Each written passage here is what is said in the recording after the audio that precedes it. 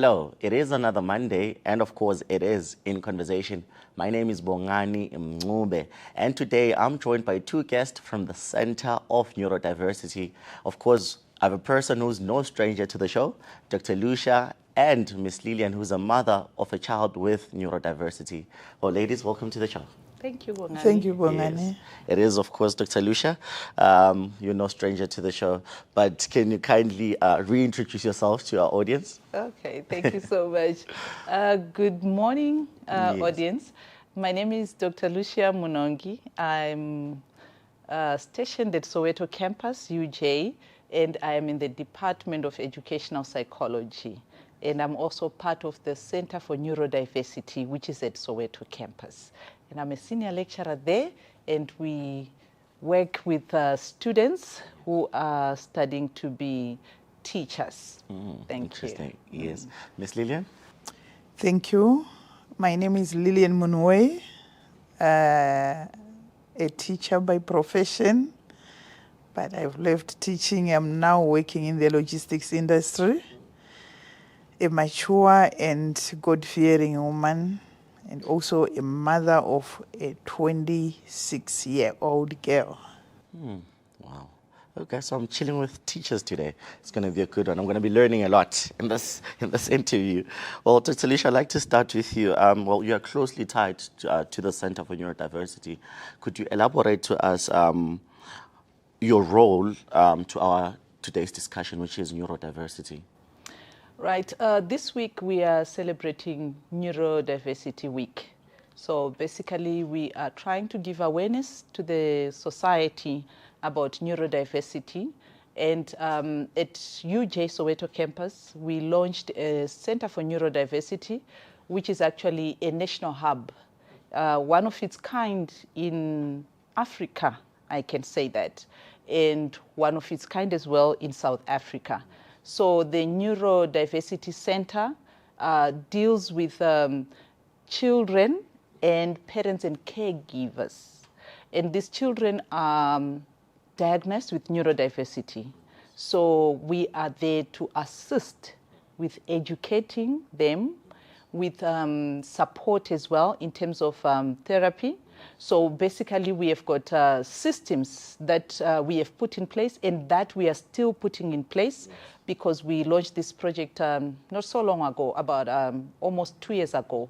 So we are still building up, and so we will be inviting the community to come in and get education, psychoeducational support, as well as therapy and assessment. That's what the center is mostly about. Yes. Well, since we are also giving awareness, I think neurodiversity is a big word and a good one, as it sounds.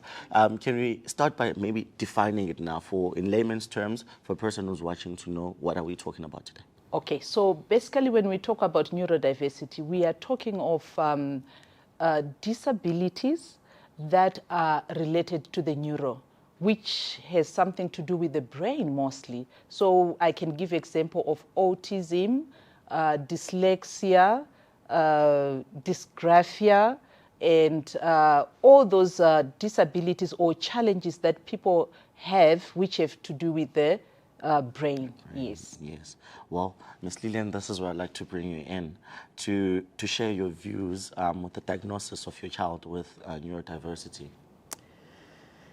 Yeah, my child has a condition called hydrocephalus. I wouldn't want to say much about it because the health professionals will be at my neck. I don't know a lot. Yeah, so, yeah, she wasn't born with it. The background is that after 2 weeks of birth, she was a victim of meningitis. Yes.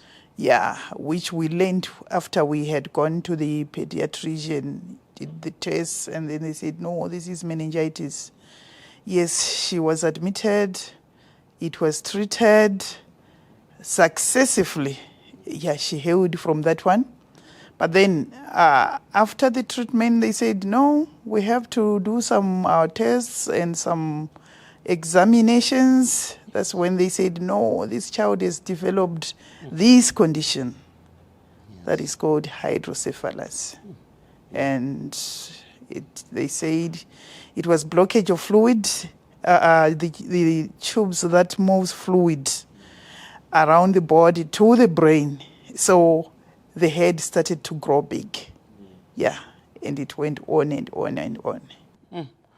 Oh, Dr. Lucia, are you familiar with also the health practitioners would also kill me if I say the word wrong. Are you familiar with this type of neurodiversity? I'm not an expert in that, but my knowledge about it is also from the child that that we are talking about. Yeah, yes. That's when I first learned about it. But I want to believe that the problem affects children differently. So I have also come across another child who was diagnosed with hydrocephalus, but the condition that I saw in that child is actually different from the one that we are talking about. So in that case, I don't know what was the problem, whether it wasn't treated properly, so the head was just growing. But in the child that we are talking about, it's under control. It doesn't present itself like that. It has got other characteristics. Yes. And, well, Ms. Lillian, what are some of the challenges that you have encountered in this journey? Oh, there were so many. Like Dr. Lucia said, it was new, something new.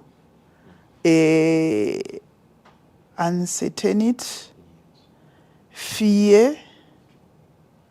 There was blame. Not that I blamed anyone, but myself. I thought maybe it is something that I did to have such a child. So those are basically most of the challenges. Yes.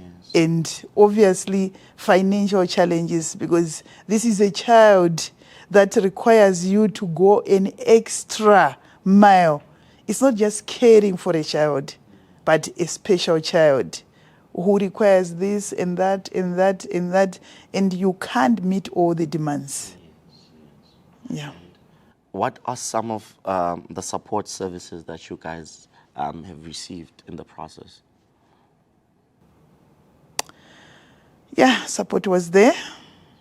The first line of support was family. Yeah, I've got 5 siblings that are all younger than me, but they were very supportive. They grew up because of this condition. And I've known Lucia for so many years. I don't remember how many. So many. When Kari was actually, what, less than 2 years? Wow. Yeah. Oh, she was like 6 months. Yeah, she was 6 months. Yeah. So that's 27 solid years. 26 solid years. Wow. That's really a long. Yeah. She would babysit. She would make sure everything is okay for her. She was the calmest. I didn't know how to handle it. She always had it. Mm-hmm.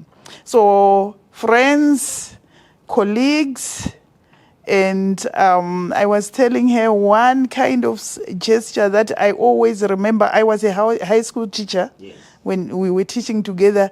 The school children came together. They raised some funds for my daughter, and it touches me.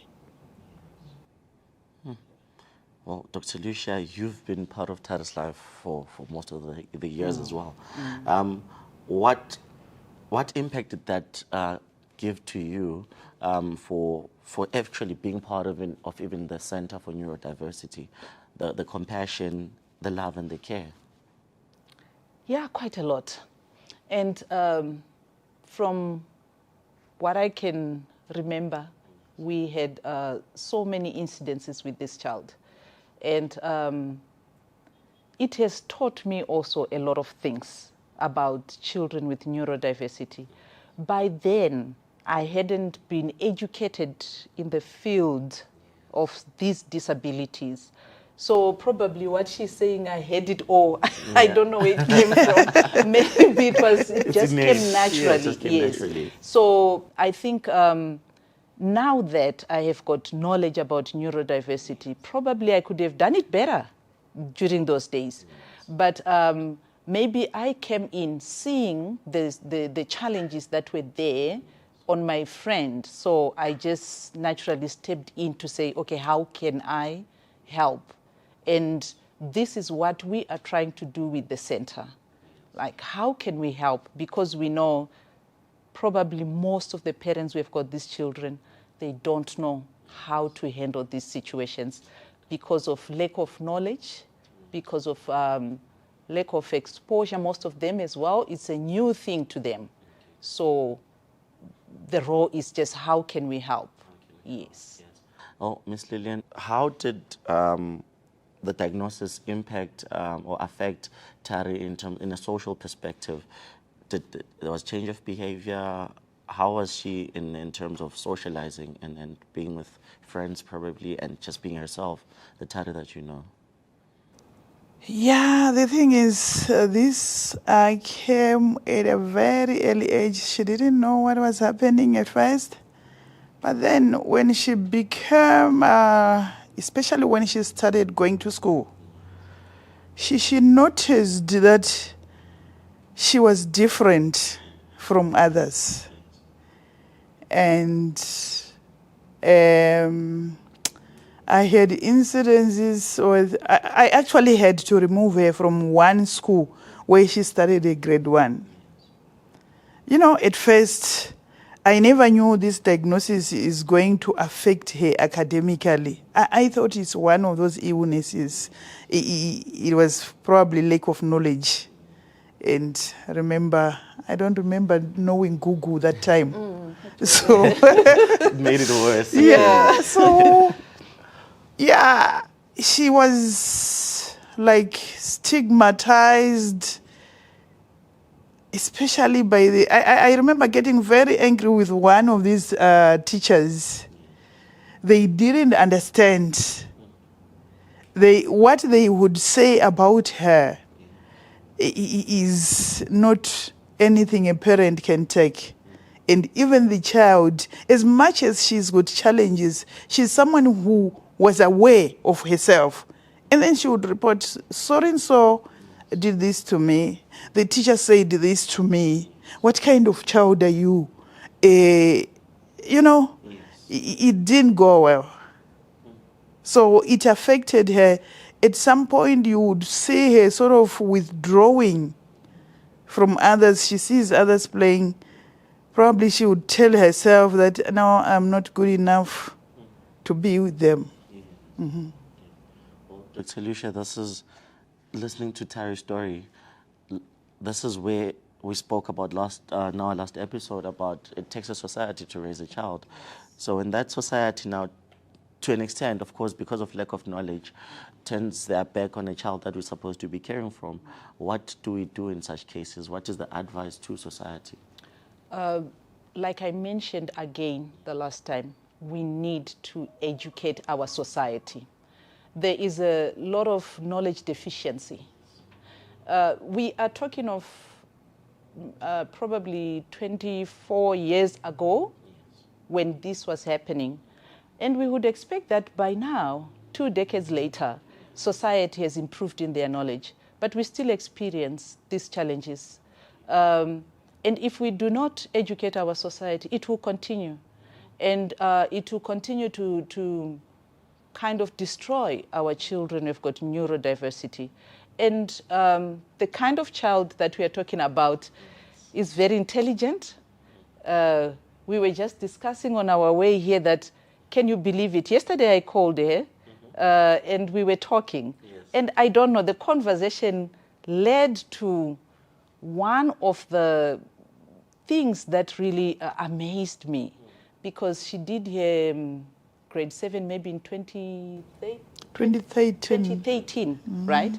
And yesterday, yes, she still remembered one of the passages about child abuse that she did in grade 7. Wow. And I said, narrate it back to me, and she said it word for word. You understand?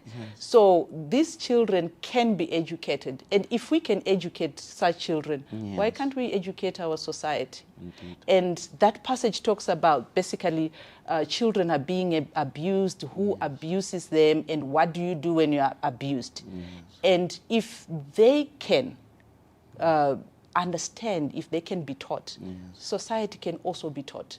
And we need to teach society about these challenges.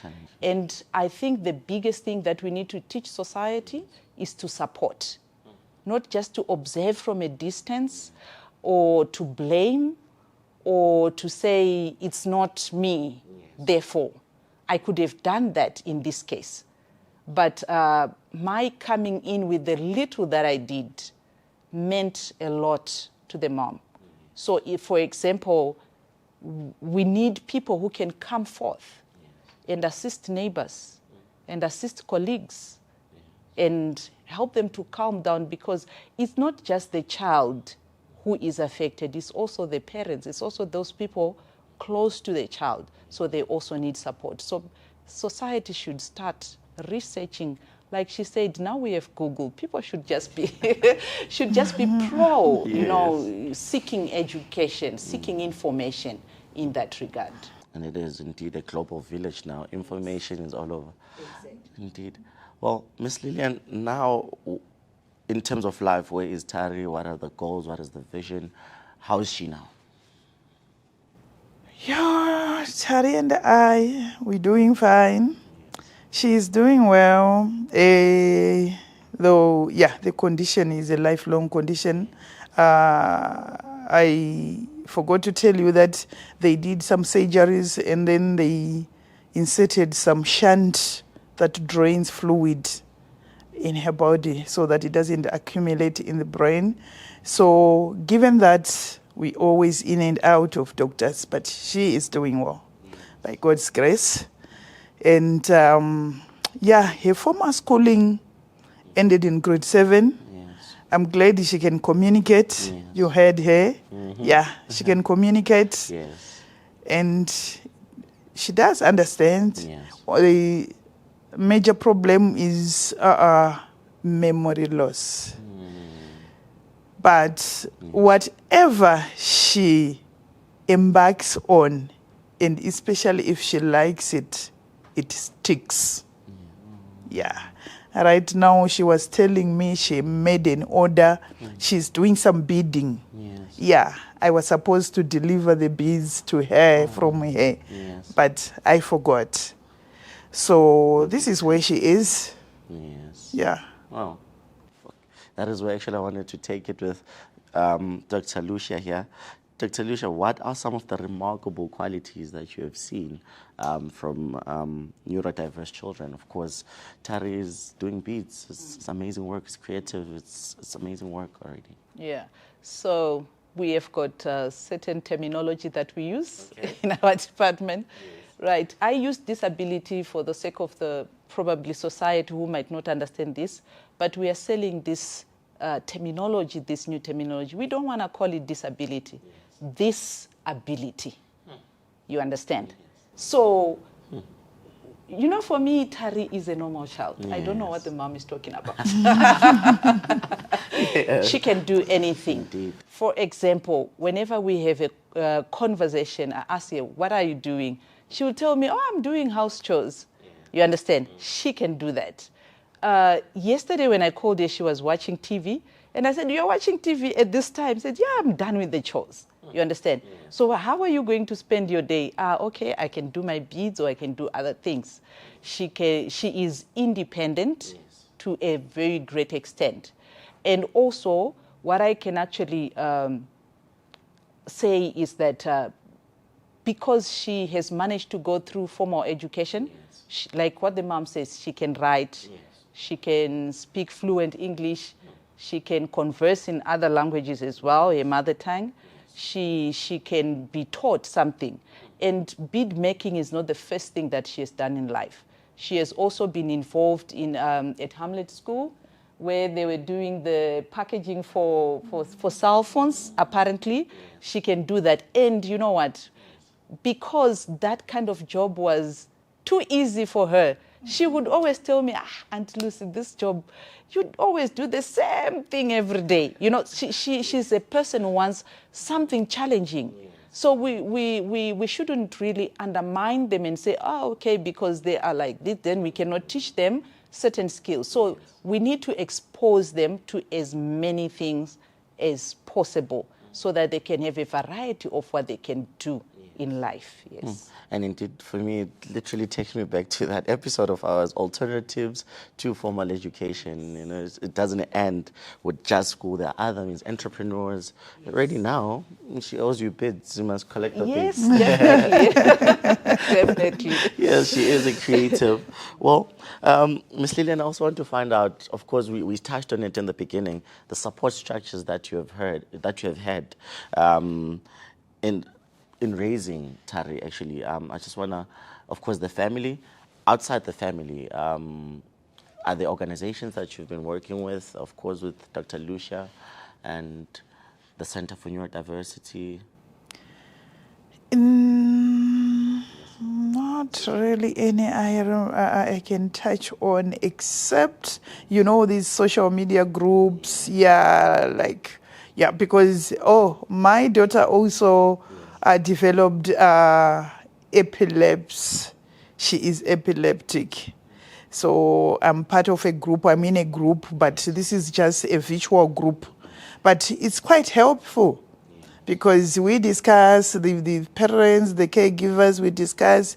You do meet some challenges. You share, you ask others, they share, why not do this, why not do that? I do this, I do that. Yes. Dr. Lucia, of course, it shows that there is a huge gap in terms of knowledge, as you touched. What are some of the steps that we can that can be implemented to raise more awareness? Of course, this is part and parcel. What are some alternatives that we can actually try and increase awareness of these challenges? Yeah, I think now we are talking of the Center for Neurodiversity, but that's just one thing that we are talking about.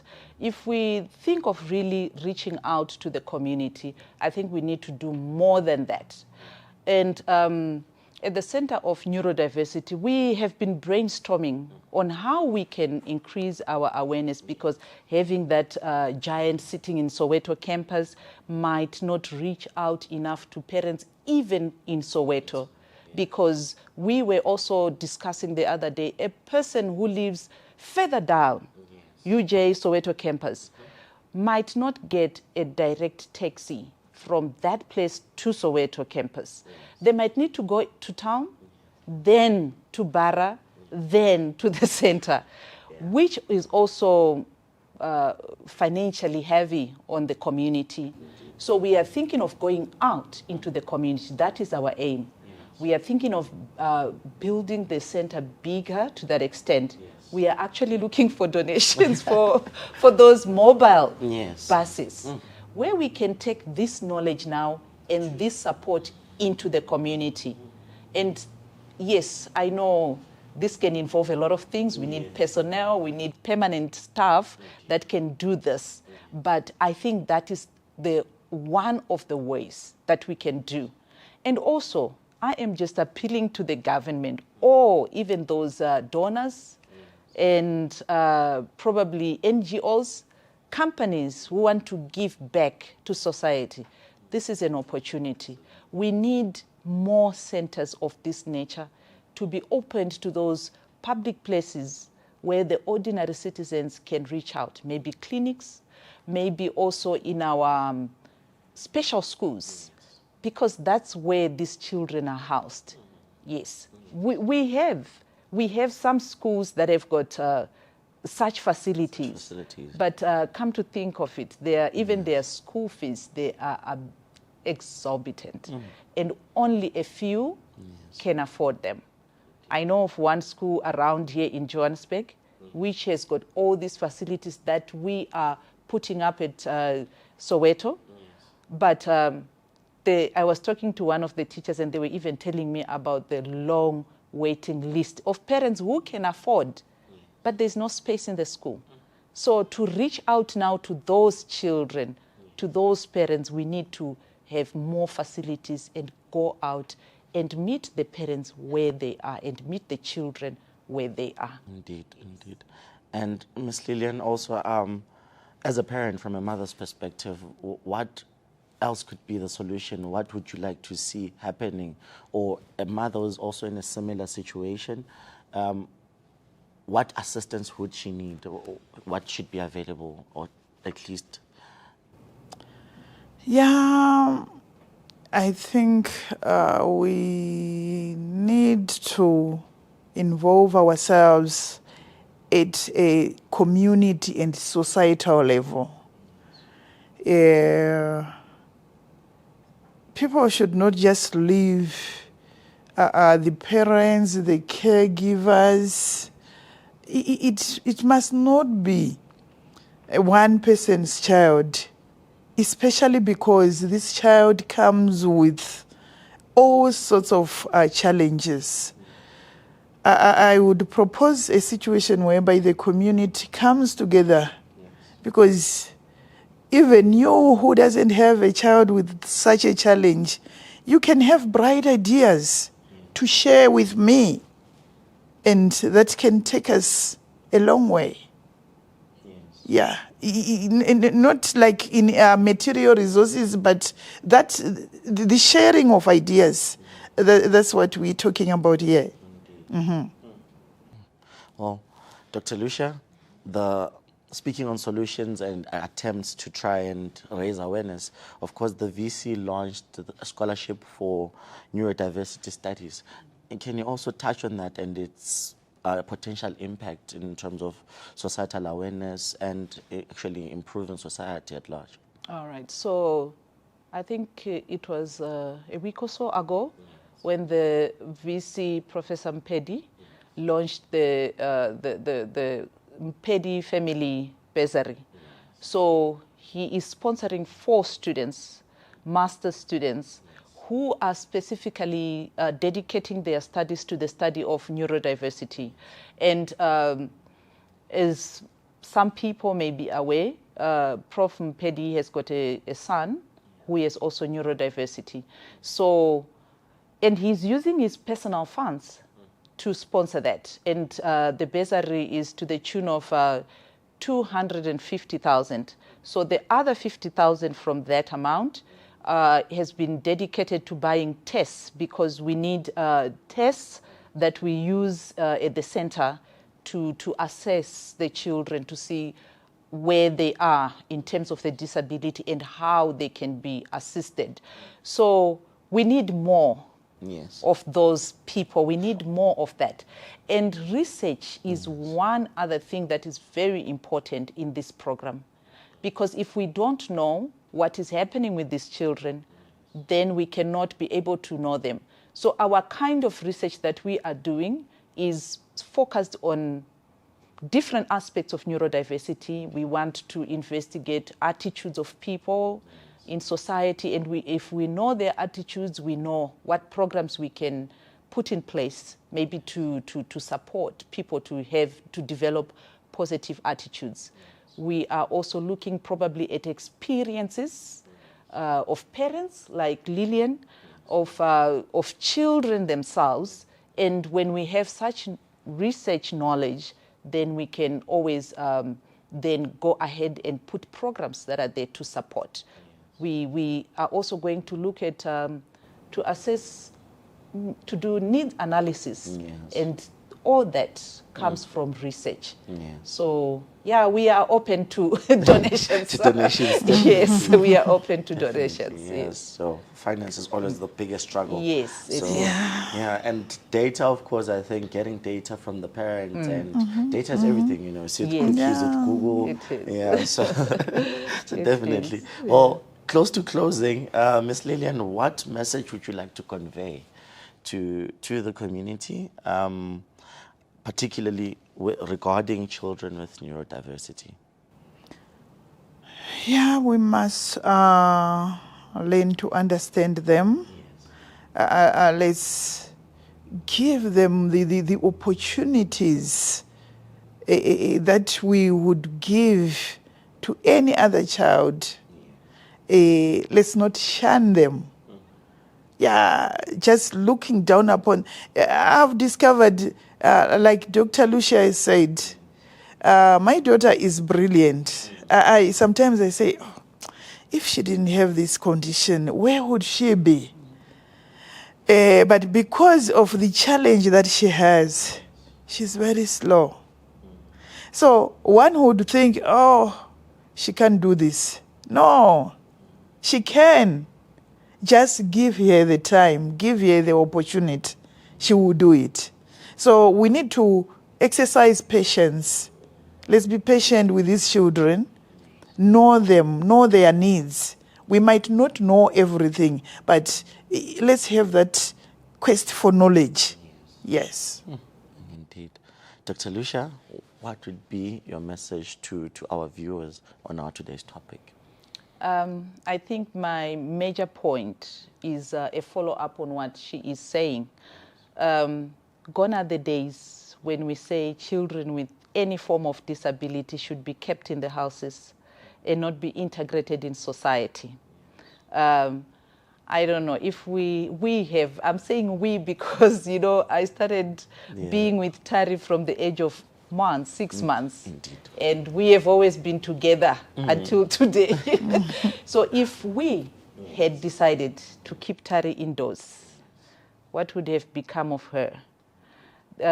So society should learn to bring their children out there, not to be shy.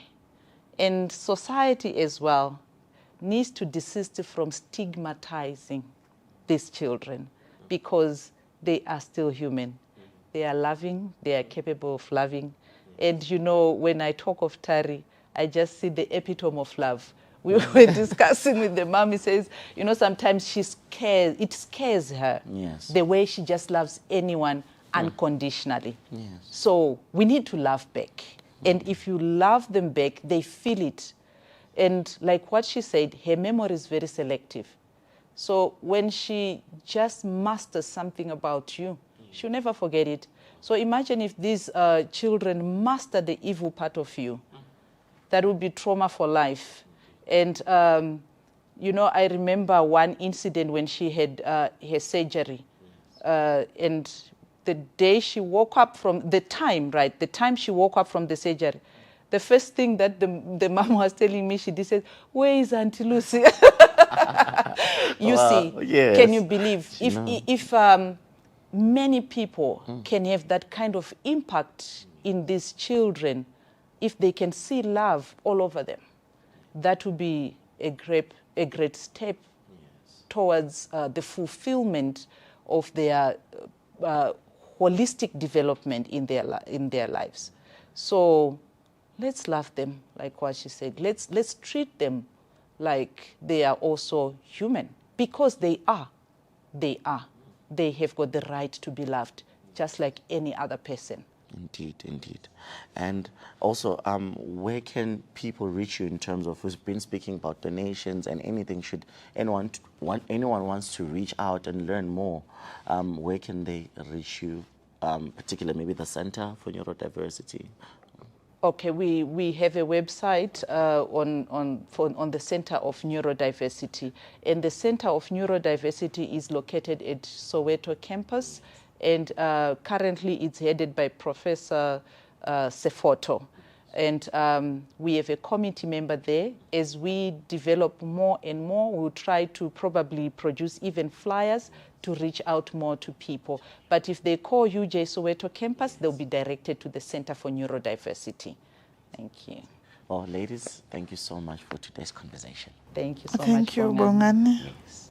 Well, dear viewers, you've heard it. I've learned a lot today, and also make it a quest to yourself to learn more about neurodiversity and other challenges that we're encountering as a society. My name is Bongani Mncube. Thank you for tuning in today's episode. See you on the next one. The University of Johannesburg, the future reimagined.